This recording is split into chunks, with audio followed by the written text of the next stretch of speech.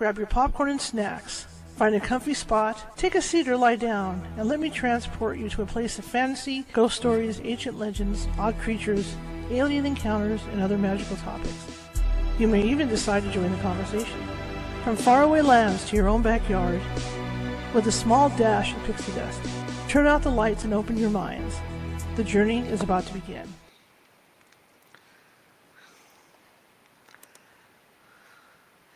Good afternoon, everybody. Well, it's more like good evening. Good evening, everybody. My name is Charlotte. I'm going to be your host for the next hour. I'm also the owner of the California Haunts, paranormal investigation team based out of Sacramento. We're 45 strong up and down the state, which means if you think you have a paranormal need, we can get to you. Might take us a couple days. California is like this huge state, but we will get to you. Today is Sunday. Today is Sunday reading day, and usually what we do on Sunday reading day is we read from a paranormal themed book. It may be a true ghost story book. It may be a fictional book. Today we're reading, and we started this last week with this scientist, and she had compiled some ghost stories that were based on real-time things that actually happened. So that's what we're reading right now is a fiction story written by different writers. I think we have an Edgar Allan Poe in here. Okay, we have an Edgar Allan Poe story in here even. So sit back, grab something to drink, I'm not saying cocktail, but I'm just saying, something that you like to drink, maybe a snack or something, and sit back in the dark and let's have some good ghost stories. The other thing is we had a great afternoon today. We went out to the Old City Cemetery here in Sacramento, checking out the graves. We're going to have to make 3 or 4 more trips out there because the cemetery is so huge, and plus it's a haunted cemetery. We didn't even get to touch on the ghost today, so we're going to be doing that too. In fact, next time we go, we're going to have a picnic out there, so you guys can experience what it's like to have a picnic in a cemetery. Okay, so we're going to be doing that as well. So just keep checking with us. Tomorrow night, I'll be back at 7 p.m. Pacific over on TikTok, reading, doing free card readings, tarot card readings, free card, past, present, future. They're always free. Okay, guys, I don't see anybody tapping over there. If you can get to tapping for me, let's try to see how many likes we can get for this show tonight. See how many likes you can give me. See how many likes, okay? Tap, tap, tap. Come on. Punch me in the face. Come on. Okay. All right. For everybody over here, we're going to get started here. And if you want to talk or anything during the show, let me know. I got the chat room open. Again, over here, I can't see your comments. I'm sure one of my moderators is there, so my moderator will help you guys, okay? No readings today. All right. So here we go. So again, last week we read the preface to this book, and it sounds really interesting because she went through and chose like a bunch of books that were based not so much on true hauntings, but on ghosts that were more true to what ghosts are. Okay, so it's kind of interesting to see. So we're going to be reading these books. To give you an idea. I'm just looking at water. To give you an idea, these ghosts were written. Or these books were written in the late 1800s to the early 1900s, so they're on a copyright, which is why I get to read them. And so there's stuff in here that I'm going to have to be careful of saying out loud. So if you see me kind of stumble over something, it's because I'm trying to figure out how to say it out loud that it doesn't offend anybody or gets me in trouble with the internet police. Okay? All right, so here we go. The first one is called The Willows. It's by Algernon Blackwood. So here we go.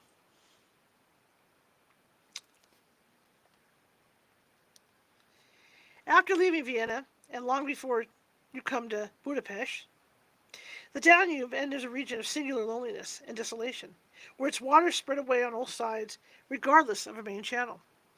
And the country becomes a swamp for miles upon miles, covered by a vast sea of low willow bushes. I will read for about an hour, you guys. On the big maps, this deserted area is painted in a fluffy blue, growing fainter in color as it leaves the banks, and across it may seem in a large strangly letters the word Sumpfe, meaning marshes. Don't think I said it right, but okay. In high flood, this great area of sand, shingle beds, and willow-grown islands is almost topped by the water. But in normal seasons, the bushes bend and rustle in the free winds, showing their silver leaves to the sunshine in an ever-moving plain of bewildering beauty. These willows never attain to the dignity of trees. They have no rigid trunks. They remain humble bushes with rounded tops and soft outline, swaying on the slender stems that answer to the pressure of the winds, supple as grasses, and so continually shifting that they somehow give the impression that the entire planet is moving and alive. We used to do boating on the Sacramento River here, and there are places like that on this river. For the wind sends waves rising and falling over the whole surface. Waves of leaves instead of waves of water. Green swells like the sea, too, until the branches turn and lift, and then silvery white as their underside turns to the sun. Happy to slip beyond the control of stern banks, the Danube here wanders about at will among the intricate network of channels intersecting the islands everywhere, with broad avenues down which the waters pour with a shouting sound, making whirlpools, eddies, and foaming rapids, tearing at the sandy banks, carrying away masses of shore and willow clumps, and forming new islands, innumerable, which shift daily in size and shape and possess at best an impermanent life, since the flood time obliterates the very existence.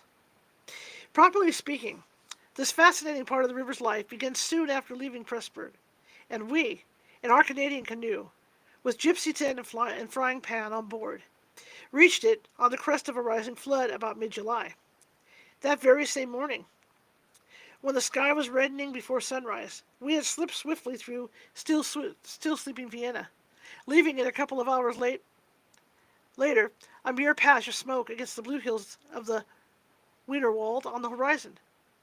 We had breakfast below Fischermint, under a grove of birch trees roaring in the wind, and had then swept on the tearing current past Orth, Heidenberg, Petronell, the old Roman Carnation, and so under the frowning heights of Theban and the spur of the Carpathians, where the marsh steals in quietly. Oh, the marsh? This is the marsh. Marsh. I think it should have been marsh. Where the marsh steals in quietly from the left, and the frontier is crossed between Austria and Hungary. Racing along at 12 kilometers an hour soon took us well into Hungary, and the muddy waters, sure sign of flood, set us aground on many a shingle bed, and twisted us like a cork in many a sudden belching whirlpool before the towers of Pressburg, Hungarian Possony, showed against the sky. And then the canoe, leaping like a spirited horse, flew at top speed under the gray walls, negotiated safely the sunken chain of the Filigrande Brücke ferry, turned the corner sharply to the left, and plunged on yellow foam into the wilderness of islands, sandbanks, and swampland beyond, the land of the willows. The change came suddenly, as when a series of bioscope pictures snaps down on the streets of a town and shifts without warning into the scenery of lake and forest. We entered the land of desolation on wings, and in less than half an hour there was neither boat nor fishing hut nor red roof, nor any single sign of human habitation and civilization within sight. The sense of remoteness from the world of humankind, the utter isolation, the fascination of the singular world of willows, winds, and the waters instantly laid its spell upon us both, so that we allowed laughingly to one another that we ought by rights to have held some special kind of passport to admit us, and that we had, somewhat audaciously, come without asking leave into a separate little kingdom of wonder and magic, a kingdom that was reserved for the use of others who had right to it, with everywhere unwritten warnings to trespassers for those who had the imagination to discover them. Though still early in the afternoon, the ceaseless buffetings of a most tempestuous wind made us feel weary, and we at once began casting about for a suitable camping ground for the night. But the bewildering character of the islands made landing difficult. The swirling flood carried us inshore, and then swept us out again. The willow branches tore at our hands as we seized them to stop the canoe, and we pulled many a yard of sandy bank into the water before, at length, we shot, with a great sideways blow from the wind, into a backwater and managed to beach the bows in a cloud of spray. Then we lay panting and laughing after our exertions on hot yellow sand, sheltered from the wind, and in the full blaze of a scorching sun, a cloudless blue sky above, and an immense army of dancing, shouting willow bushes, closing in from all sides, shining with spray and clapping their 1,000 little hands, as though to applaud the success of our efforts. What a river, I said to my companion, thinking of all the way we had traveled from the source in the Black Forest, and how we had often been obliged to wade and push in the upper shallows at the beginning of June. "Won't stand much nonsense now, will it?" he said, pulling the canoe a little farther into the safety of the sand, and then composing himself for a nap.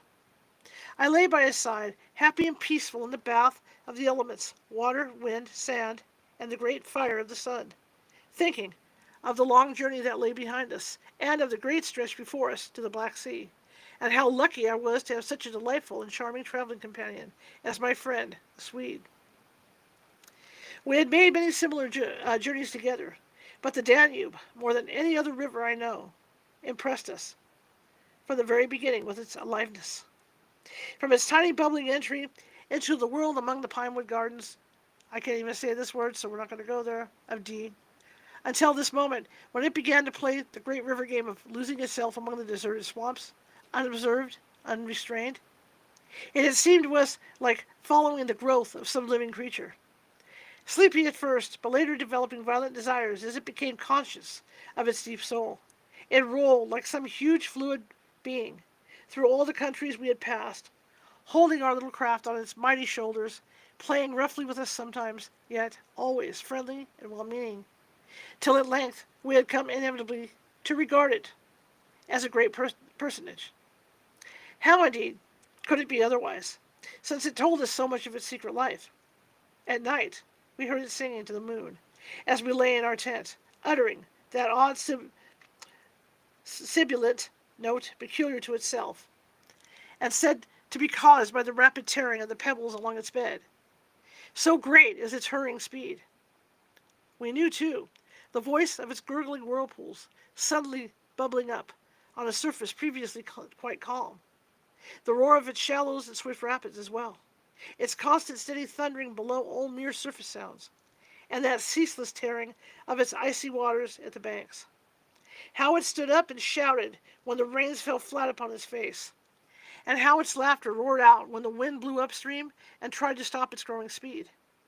We know all its sounds and voices, its tumblings and foamings, its unnecessary splashing against the bridges, that self-conscious chatter when there were hills to look on, that affected dignity of its speech when it passed through the little towns, far too important to laugh, and all these faint, sweet whisperings when the sun caught it fairly in some slow curve and poured down upon it till the steam rose.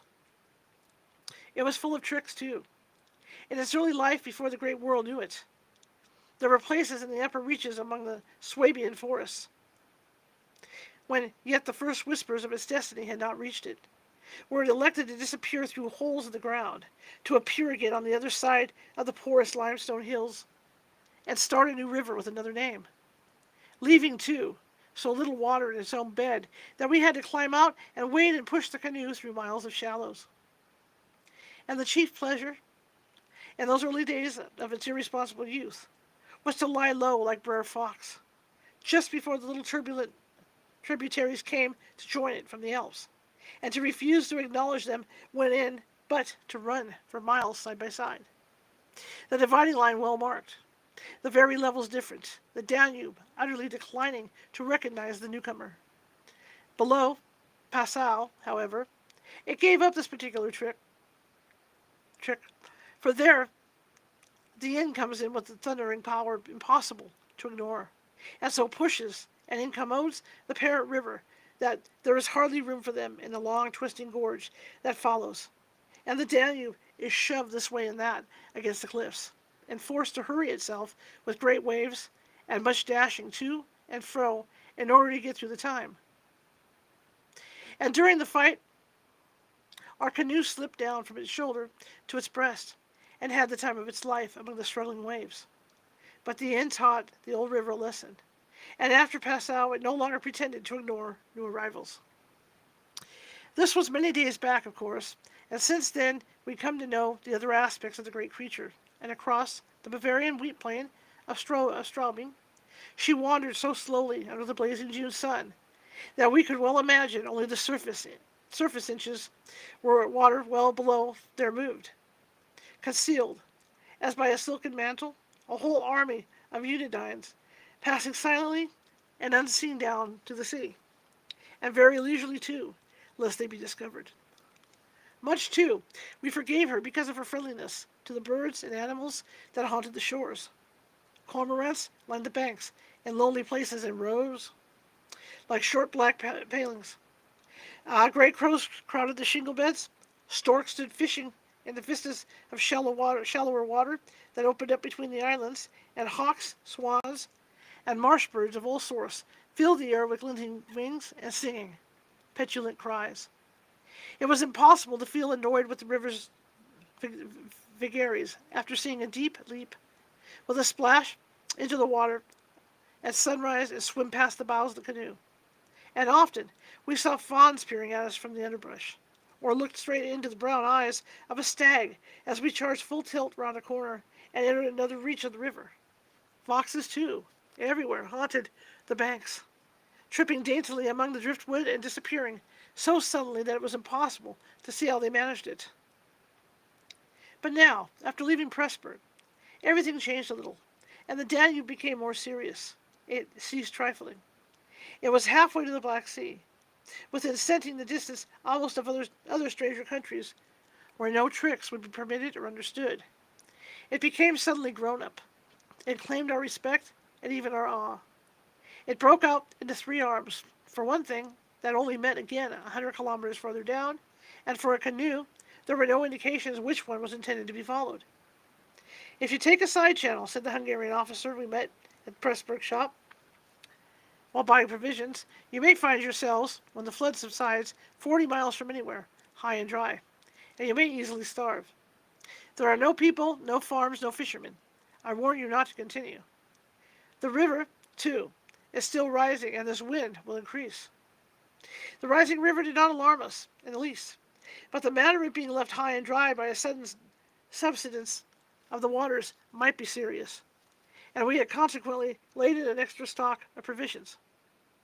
For the rest, the officer's prophecy held true, and the wind, blowing down a perfectly clear sky, increased steadily till it reached the dignity of a westerly gale.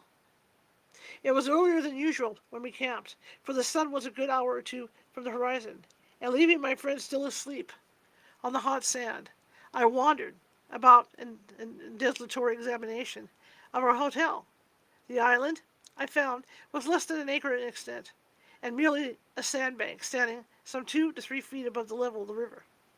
The far end, pointing into the sunset, was covered with flying spray, which the tremendous wind drove off the crests of the broken waves. It was triangular in shape, with the apex upstream.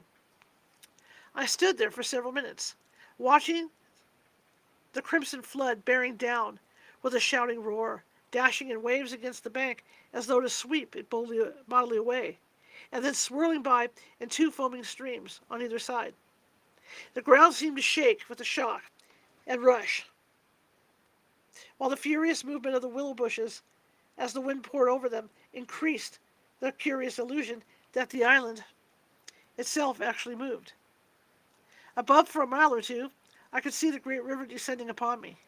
It was like looking up the slope of a sliding hill, white with foam, and leaping up everywhere to show itself to the sun. The rest of the island was too thickly grown with willows to make walking pleasant. But I made the tour, nevertheless. From the lower end of the light, of course, changed, and the river looked dark and angry. Only the backs of the flying waves were visible, streaked with foam, and pushed forcibly by the great puffs of wind that fell upon them from behind. For a short mile it was visible, pouring in and out among the islands, and then disappearing with a huge sweep into the willows, which closed about it like a herd of monstrous creatures crowding down to drink. They made me think of gigantic sponge-like growths that sucked the river up into themselves. They caused it to vanish from sight. They herded there together in such overpowering numbers. Altogether, it was an impressive scene, with its utter loneliness, its bizarre suggestion, and, as I gazed, long and curiously, a singular emotion began to stir somewhere in the depths of me. Midway in my delight at the wild beauty, there crept unbidden and unexplained a curious feeling of disquietude, almost of alarm. A rising river, perhaps, always suggests something of the ominous. Many of the little islands I saw before me would probably have been swept away by the morning. This resistless, thundering flood of water touched my sense of awe.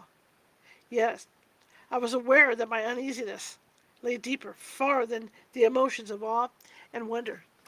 It was not that I felt, nor had it directly to do with the power of the driving wind. This shouting hurricane that might almost carry up a few acres of willows into the air and scatter them like so much chaff over the landscape.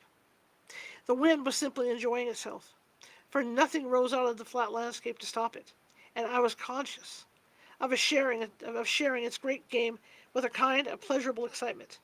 Yet this novel emotion had nothing to do with the wind. Indeed, so vague was the sense of distress I experienced that it was impossible to trace it to its source and deal with it accordingly, though I was aware somehow that it had to do with my realization of our utter insignificance before this unrestrained power of the elements about me. The huge grown river had something to do with it too, a vague, unpleasant idea that we had somehow trifled with these great elemental forces, in whose power we lay helpless every hour of the day and night. For here indeed they were gigantically all at play together, and the sight appealed to the imagination.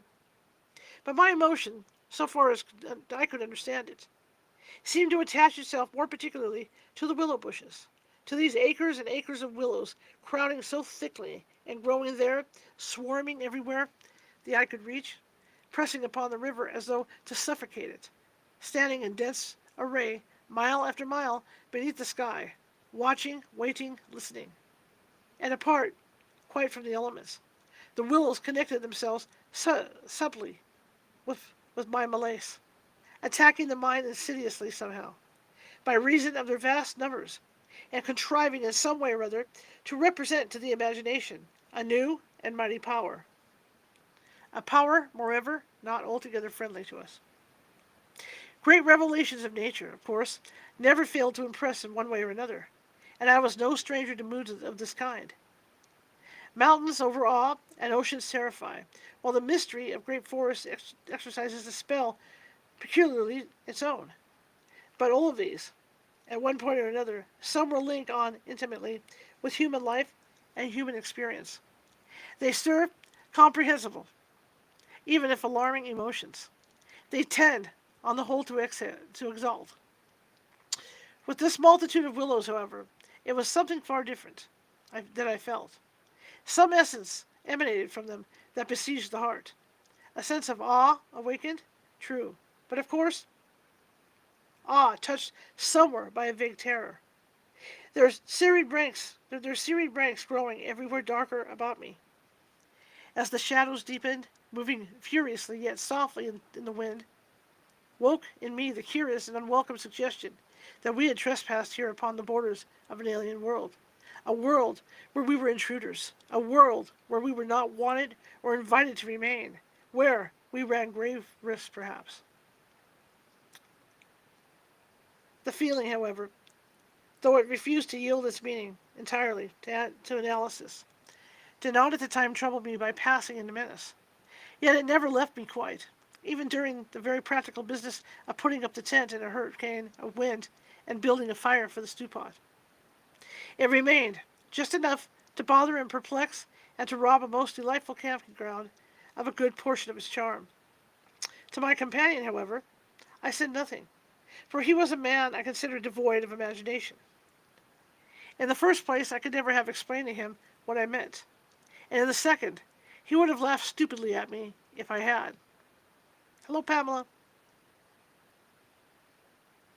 There was a slight depression in the center of the island, and here we pitched the tent. The surrounding willows broke the wind a bit. Quote, "A poor camp," observed the Swede when at last the tent stood upright.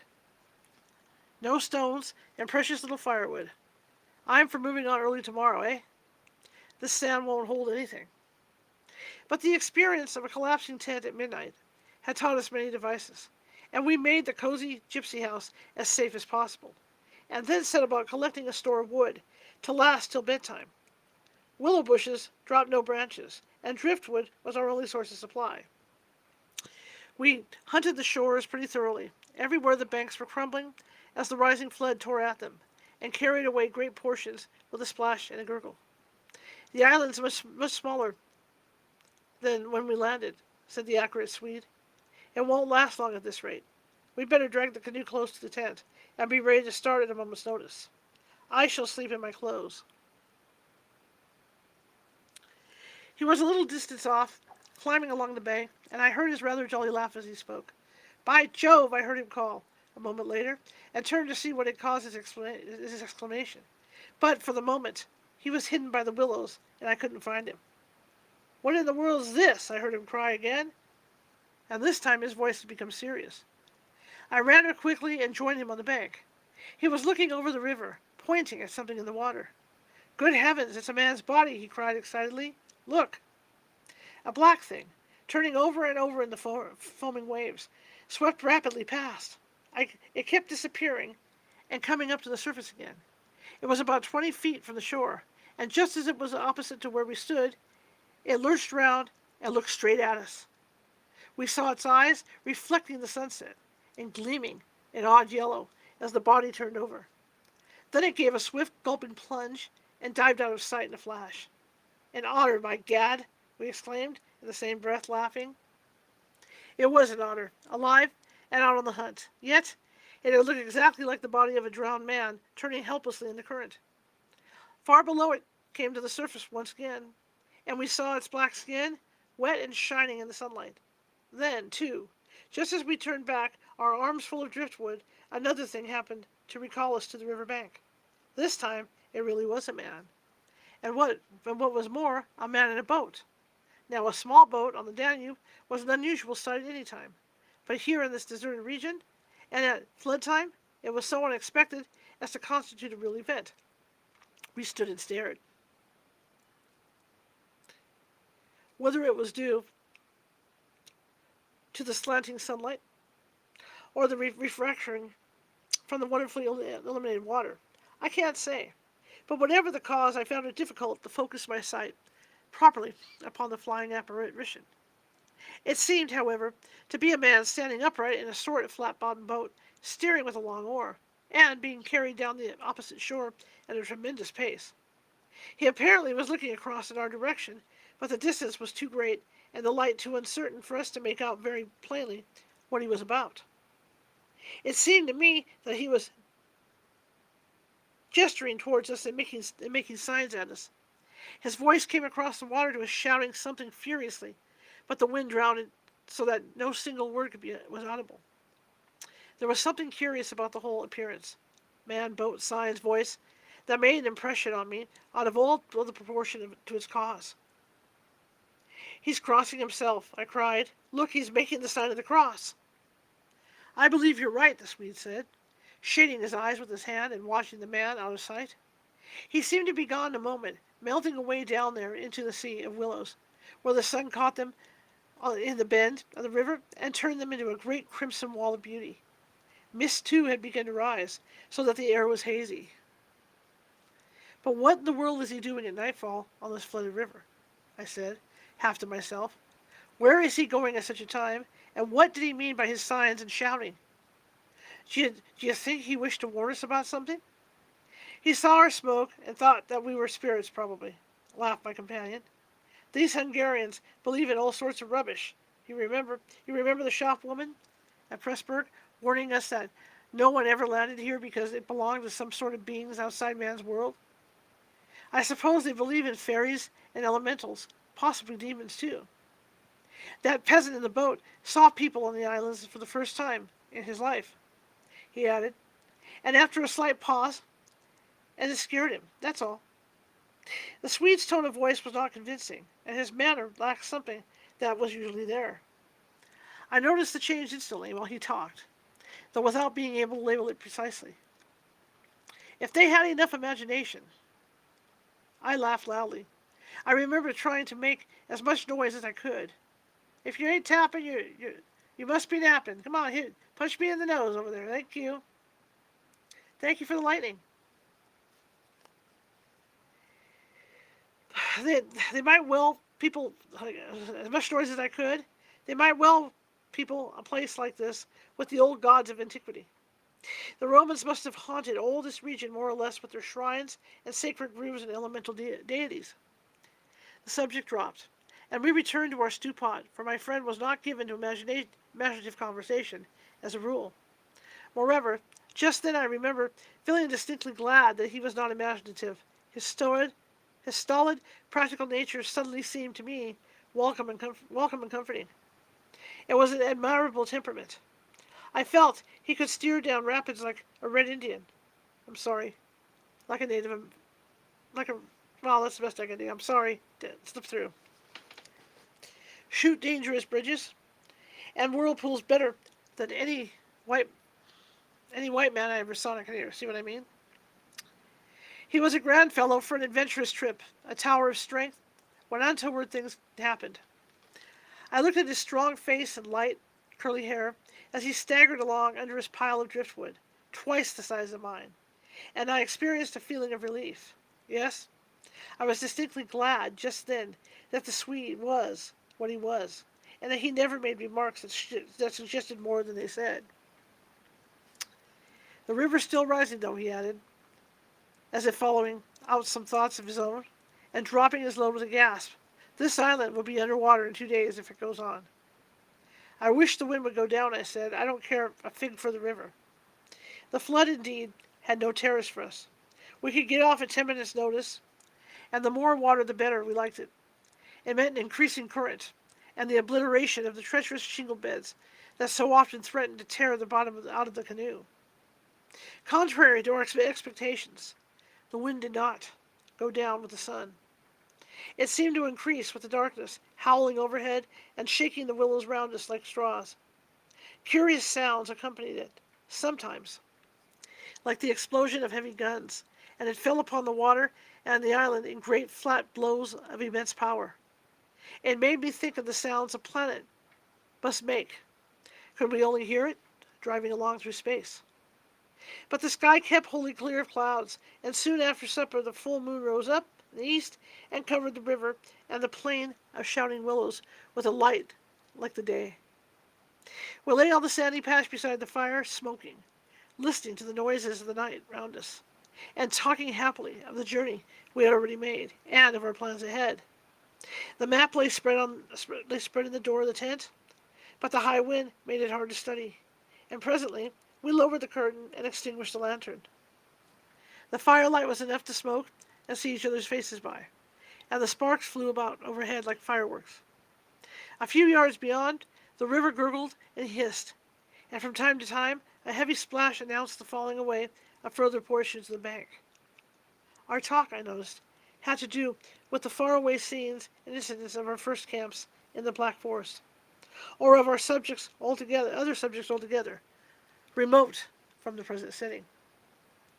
For neither of us spoke of the actual moment more than was necessary, almost as though we had agreed tacitly to avoid discussion of the camp and its incidents. Neither the otter nor the boatman, for instance, received the honor of a single mention, though ordinarily these would have furnished discussion for the greatest part of the evening. There were, of course, distinct events in such a place. The scarcity of wood made it a business to keep the fire going, for the wind that drove the smoke in our faces, wherever we sat, helped, at the same time, to make a forced draught. We took it, in turn, to make foraging expeditions into the darkness, and the quantity the Swede brought back always made me feel that he took an absurdly long time finding it. For the fact was, I did not care much about being left alone, and yet it always seemed to be my turn to grub about among the bushes, or scramble along the slippery banks in the moonlight. The long day's battle with wind and water, such wind and such water, had tired us both, and an early bed was the obvious program. Yet neither of us made the move for the tent. We lay there, tending to the fire, talking in a fashion, peering about us into the dense willow bushes, and listening to the thunder of wind and river. The loneliness of the place had entered our very bones, and silence seemed natural. For after a bit, the sound of our voices became a trifle unreal and forced. Whispering would have been fitting mode of communication, I felt. And the human voice, always rather absurd amid the roar of the elements, now carried with it something almost illegitimate. It was like talking out loud in church or in some place where it was not lawful, perhaps not quite safe, to be overheard. The eeriness of this lonely island, set among a million willows, swept by a hurricane and surrounded by hurrying deep waters, touched us both, I fancy. Untrodden by man, almost unknown to man, it lay there beneath the moon, remote from human influence, on the frontier of another world, an alien world, a world tenanted by willows, only, and the souls of willows. And we in our rashness had dared to invade it, even to make use of it. Something more than the power of its mystery stirred in me as I lay on the sand, feet to fire, and peered up through the leaves at the stars. For the last time, I rose to get firewood. I'm going to have a quick drink here real quick, you guys. It's getting good now.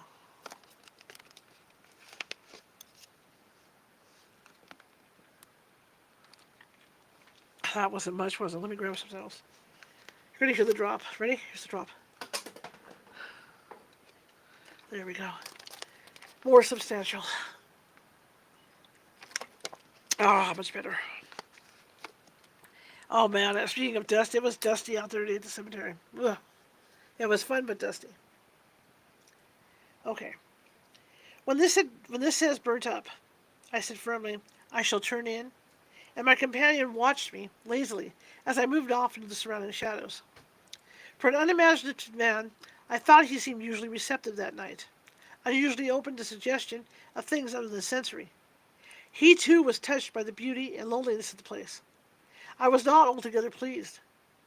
I remember to recognize this slight change in him, and, instead of immediately collecting sticks, I made my way to the far point of the island where the moonlight on plain and river could be seen to better advantage.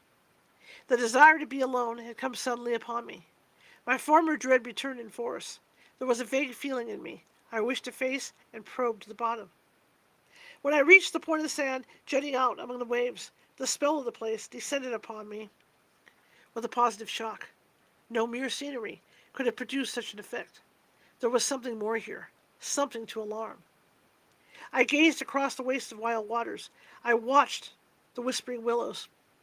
I heard the ceaseless beating of the tireless wind. Excuse my allergies. And, one and all, each in its own way, stirred in me the sensation of a strange distress, but the willows especially. For forever they went on chattering and talking among themselves, laughing a little, shrilly crying out, sometimes sighing, but what it was they made so much to do about belonged to the secret life of the great plain they inhabited. And it was utterly alien to the world I know, or to that of the world, to the wild yet kindly elements. They made me think of a host of beings from another plane of life, another evolution altogether, perhaps, all discussing a mystery known only to themselves. I watched them moving busily together, oddly shaking their big bushy heads, twirling their myriad leaves even when there was no wind. They moved of their own will, as though alive, and they touched, by some incalculable method, my own keen sense of the horrible. Excuse me. There they stood in the moonlight, like a vast army surrounding our camp, shaking their innumerable silver spears defiantly, formed, all ready for an attack. The psychology of places, for some imaginations, at least, is very vivid. For the wanderer especially, camps have their own note, either of welcome or rejection. At first it may not always be apparent, because the busy preparations of tent and cooking prevent. But with the first pause after supper, usually it comes and announces itself. And the note of this willow camp now became unmistakably plain to me. We were interlopers, trespassers. We were not welcome. The sense of unfamiliarity grew upon me as I stood there watching. We touched the frontier of a region where our presence was resented. For a night's lodging we might perhaps be tolerated, but for a prolonged and inquisitive stay, no. By all the gods of the trees and the wilderness, no. We were the first human influences upon this land. this island, and we were not wanted. The willows were against us. Strange thoughts like these bizarre fancies, born, I know not whence, found lodgment in my mind as I stood listening. What I thought, if, after all, these crouching willows proved to be alive, if suddenly they should rise up like a swarm of living creatures, marshaled by the gods whose territory we had invaded, sweep towards us off the vast swamps, booming overhead into the night, and then settle down. As I looked, it was so easy to imagine they actually moved, crept nearer, and retreated a little, huddled together in masses, hostile, waiting for the great wind that should finally start them a-running. I could have sworn their aspect changed a little, and their ranks deepened and pressed more closely together. The melancholy shrill cry of a night bird sounded overhead, and suddenly I nearly lost my balance, as the piece of bank I stood upon fell with a great splash into the river, undermined by the flood. I stepped back just in time and went on hunting for firewood again, half laughing at the odd fancies that crowded so thickly into my mind and cast their spell upon me. I recall the Swede's remark about moving on next day, and I was just thinking that I fully agreed with him when I turned with a start and saw the subject of my thoughts standing immediately in front of me. He was quite close. The roar of the elements had covered his approach. "You've been gone so long," he shouted above the wind. "I thought something must have happened to you." But there was that in his tone, and a certain look in his face as well, that conveyed to me more than his actual words. In a flash I understood the real reason for his coming. It was because the spell of the place had entered his soul too, and he did not like being alone. "River still rising," he cried, pointing to the flood in the moonlight, "and the wind simply awful." He always said the same things, but it was the cry for companionship that gave the real importance to his words. "Lucky," I cried back. "Our tent's in the hollow. I think it'll hold all night." I added something about the difficulty of finding wood in order to explain my absence, but the wind caught my words and flung them across the river so that he did not hear, but just looked at me through the branches, nodding his head. "Lucky if we get away without disaster," he shouted, or words to that effect, and I remember feeling half angry with him for putting the thought into words, for it was exactly what I felt myself. There was disaster impending somewhere, and the sense of presentiment lay unpleasantly upon me. We went back to the fire, made a final blaze, poking it up with our feet. We took a last look round, but for the wind, the heat would have been unpleasant. I put this thought into words, and I remember my friend's reply struck me oddly, that he would rather have the heat, the ordinary July weather, than this diabolical wind. Everything was snug for the night, the canoe lying turned over beside the tent, with both the yellow paddles beneath her, the provision sack hanging from a willow stem, and the washed-up dishes removed to a safe distance from the fire, all ready for the morning meal. We smothered the embers of the fire with sand, and then turned in. The flap of the tent door was up, and I saw the branches and the stars and the white moonlight. The shaking willows and the heavy bufferings of the wind against our taut little house were the last thing I remembered as sleep came down and covered all with its soft and delicious forgetfulness. 2.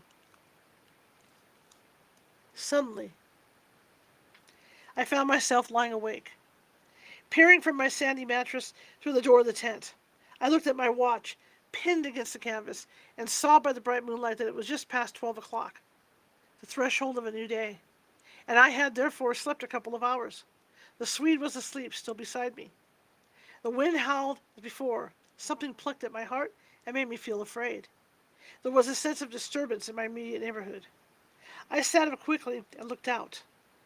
The trees were swaying violently to and fro as the gusts smote them, but our little bit of green canvas lay snugly safe in the hollow, for the wind passed over it, without meeting enough resistance to make it vicious. The feeling of disquietude did not pass, however, and I crawled quietly out of the tent to see if our belongings were safe. I moved carefully so as not to waken my companion. A curious excitement was on me. I was halfway out, kneeling on all fours, when my eye first took in that the tops of the bushes were opposite tops of bushes opposite, with their moving tracery of leaves, made shapes against the sky. I sat back on my haunches and stared. It was incredible, surely, but there, opposite and slightly above me, were shapes of some indeterminable sort among the willows, and as the branches swayed in the wind, they seemed to group themselves about these shapes, forming a series of monstrous outlines that shifted rapidly beneath the moon. Close, about 50 feet in front of me, I saw these things. My first instinct was to waken my companion so that he could see them, but something made me hesitate. The sudden realization, probably, that I should not welcome corroboration, and meanwhile I crouched there, staring in amazement, with smarting eyes. I was wide awake, I remember, saying to myself that I was not dreaming. They first became properly visible, these huge figures, just within the tops of the bushes, immense bronze-colored, moving and wholly independent of the swaying of the branches. I saw them plainly and noted now now I came to examine them more calmly, that they were much larger than a human, and indeed that something in their appearance proclaimed them to be not human at all. Certainly they were not merely the moving tracery of the branches against the moonlight. They shifted independently. They rose upwards in a continuous stream from earth to sky, vanishing utterly as soon as they reached the dark of the sky. They were interlaced one with another, making a great column, and I saw their limbs and huge bodies melting in and out of each other, forming this serpentine line that bent and swayed and twisted spirally with the contortions of the wind-tossed trees. They were nude, fluid shapes, passing up the bushes, within the leaves, almost rising up in a living column into the heavens. Their faces I never could see. Unceasingly they poured upwards, swaying in great bending curves, with a hue of dull bronze upon their skins. I stared, trying to force every atom of vision from my eyes. For a long time I thought they must every moment disappear and resolve themselves into the movements of the branches and prove to be an optical illusion. I searched everywhere for a proof of reality, when all the while I understood quite well that the standard of reality had changed. For the longer I looked, the more certain I became that these figures were real and living, though perhaps not according to the standards that the camera and the biologist would insist upon. Far from feeling fear, I was possessed with a sense of awe and wonder such as I had never known. I seemed to be gazing at the personified elemental forces of this haunted and primeval region. Our intrusion had stirred the powers of the place into activity. It was we who were the cause of the disturbance, and my brain filled to bursting with stories and legends of the spirits and deities of places that had been acknowledged and worshipped by men in all ages of the world's history. But before I could arrive at any possible explanation, something impelled me to go farther out, and I crept forward onto the sand and stood upright.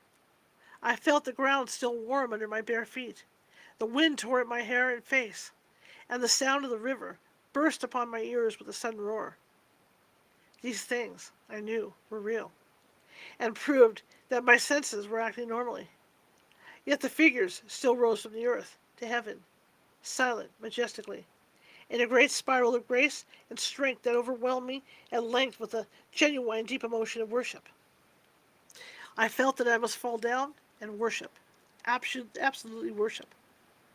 Perhaps, in another minute, I might have done so, when a gust of wind swept against me with such force that it blew me sideways, and I nearly stumbled and fell. It seemed to shake the dream violently out of me. At least it gave me another point of view, somehow. The figures still remained, still ascended into heaven from the heart of the night, but my reason at last began to assert itself. It must be a subjective experience, I argued, none the less real for that, but still subjective. The moonlight and the branches combined to work out these pictures upon the mirror of my imagination, and for some reason I projected them outwards and made them appear objective. I knew this must be the case, of course. I was the subject of a vivid and interesting hallucination. I took courage. and began to move forward across the open patches of sand. By Jove, though, was it all a hallucination? Was it merely subjective? Did not my reason argue in the old futile way from the little standard of the known? I only know that the great column of figures ascended darkly into the sky for what seemed a very long period of time, and with a very complete measure of reality, as most men are accustomed to gauge reality. Then suddenly, poof, they were gone. And once they were gone, and the immediate wonder of their great presence had passed, fear came down upon me with a cold rush. The esoteric meaning of this lonely and haunted region suddenly flamed up within me, and I began to tremble dreadfully. I took a quick look round, a look of horror that came near to panic, calculating vainly ways to escape.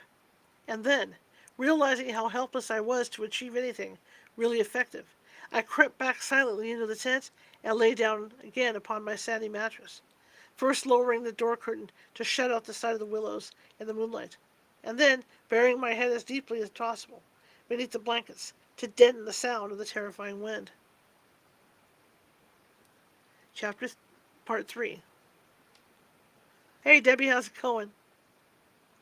As though further to convince me that I had not been dreaming, I remember that it was a long time before I fell again into a troubled and restless sleep, and even then, only the upper crust of me slept, and underneath there was something that never quite lost consciousness, but lay alert and on the watch.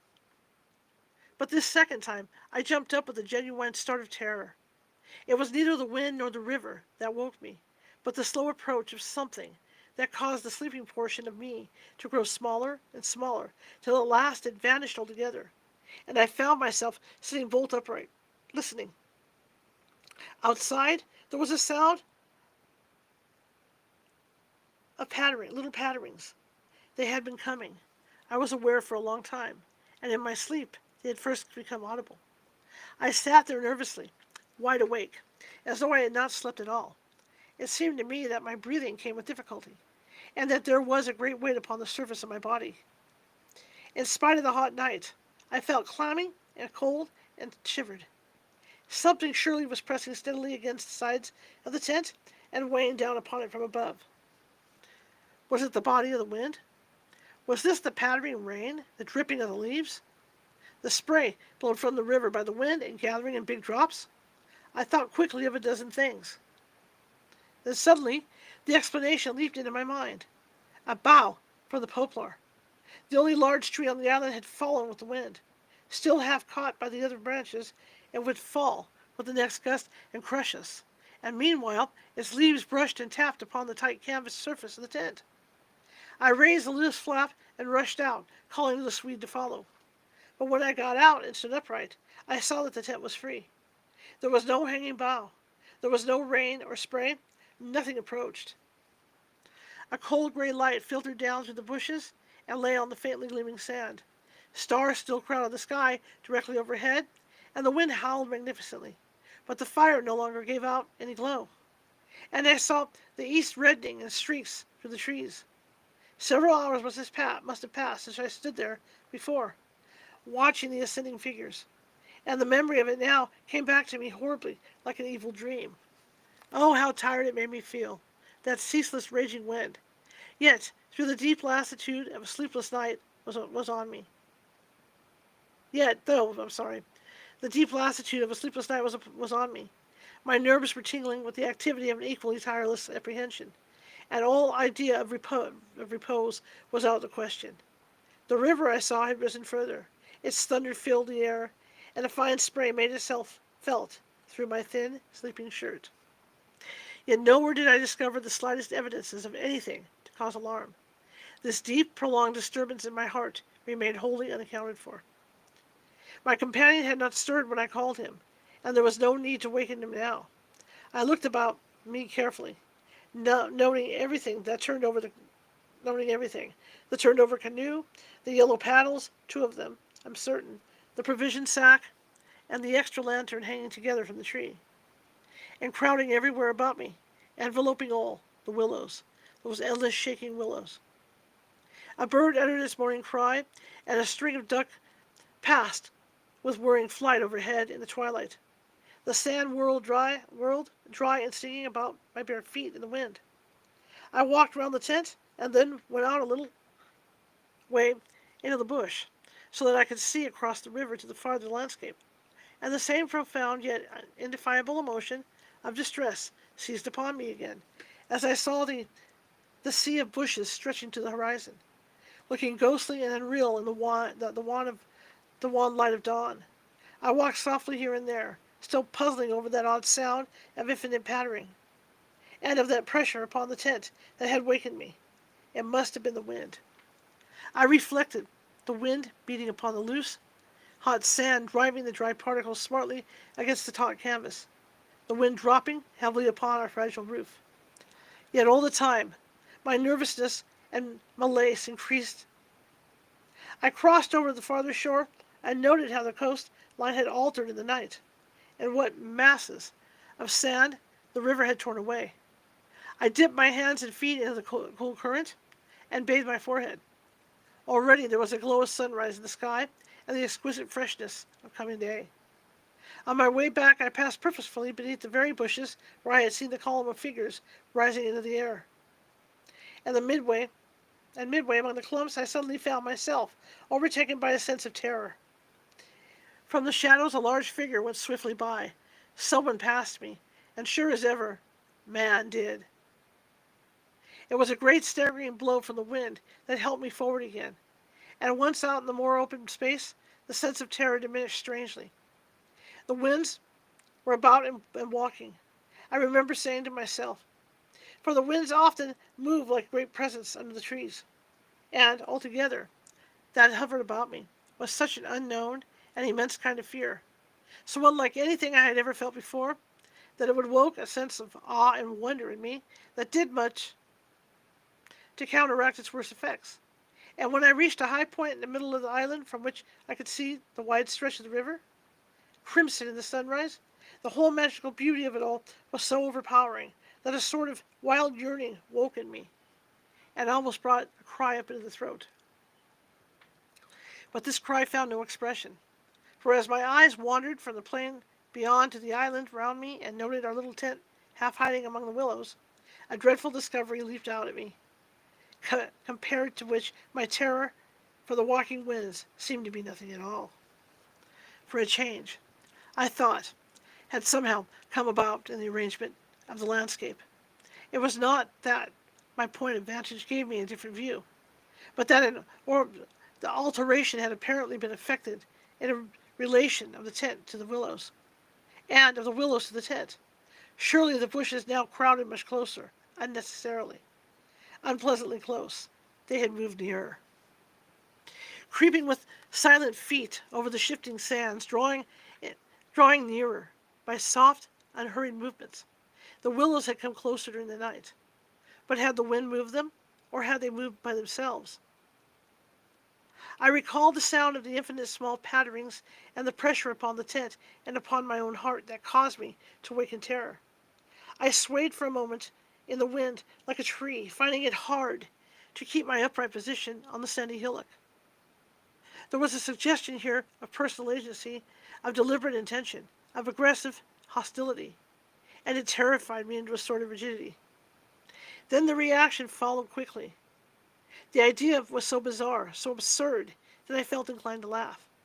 But the laughter came no more readily than the cry, for the knowledge that my mind was so receptive to such dangerous imaginings brought the additional terror that it was through our minds and not through our physical bodies that the attack would come and was coming.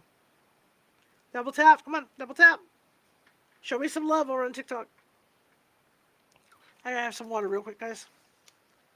Come on, guys. If you're not, you're not tapping, you must be napping. Excuse me.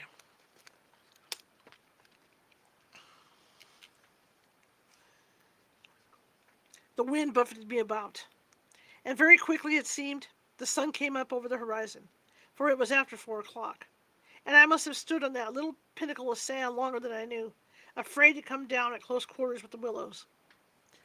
I returned quickly and quietly, creepily, to the tent, first taking another exhaustive look around, and yes, I confess, making a few measurements. I paced out on the warm sand distances between the willows and the tent, making a note of the shortest distance. I crawled stealthily into my blankets. My companion, to all appearance, still slept soundly, and I was glad that this was so. Provided my experiences were not corroborated, I could find strength somehow to deny them. Perhaps, with the daylight, I could persuade myself that it was all a subjective hallucination, a fantasy of the night, a projection of the excited imagination. Nothing further came to disturb me, and I fell asleep almost at once, utterly exhausted, yet still in dread of hearing again that weird sound of pattering, or of feeling the pressure upon my heart that had made it difficult to breathe. Okay, guys, we're going to stop there. Okay, so we're going to continue. With part 4 of this, and we should be coming to an end. But I think we'll finish it off next Sunday, about 5 p.m. Pacific next Sunday. Anyway, I want to thank everybody for today. Let's see if I get up here. Ugh, I'm tired. We went to the seminar, like I said, for those of you on Facebook, and now I can mention it, Facebook and YouTube. I took my TikTok family to the Old City Cemetery this afternoon, and we did about a 45-minute walk around looking at the different graves and the history back up in there. We're going to be going back at some point. We're going to take not only look at the rest of the graves. It's so big we have to 4 times we're going to have to go back. But we call it field trip, and we're going to have lunch. We're going to have a picnic in there, just like the people in Victorian times. So we're going to be doing that.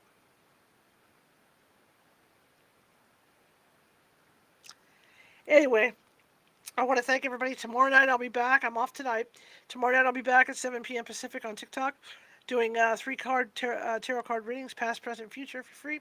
However, gifts are appreciated, donations are appreciated. But I love you all, and it's been an interesting weekend. Oh yeah, that's right. Because then we went out there. My friend and I went over to check out her mom's grave, and then we went out to the nice Chinese smorgy and took you guys with us. You got to see what we ate tonight. So it's been a busy day. So I'm looking forward to getting off here and probably falling asleep at some point really early tonight. But it's been fun, and I hope you guys enjoyed the day over on TikTok. Going to the cemetery and everything. And we'll do it again. Every weekend we're going to try and do a field trip somewhere. So thank you all very much. Thank you all very much, and thank you very much over here. And if you guys want to find me, just Google California Haunts, and it will pop up everywhere. California Haunts Paranormal Investigation Team, California Haunts Radio. We're everywhere on the internet, and expanding even more. And at some point next week, we are going to be able to do shows through Restream. Instead of me having my cell phone in here, we'll be able to do these shows for TikTok and the Facebook and YouTube, and it's all going to be right in front of me on one screen. It's going to be really nice, and yeah, we're moving right along, okay? And over here on TikTok, if you guys want to follow, that's great.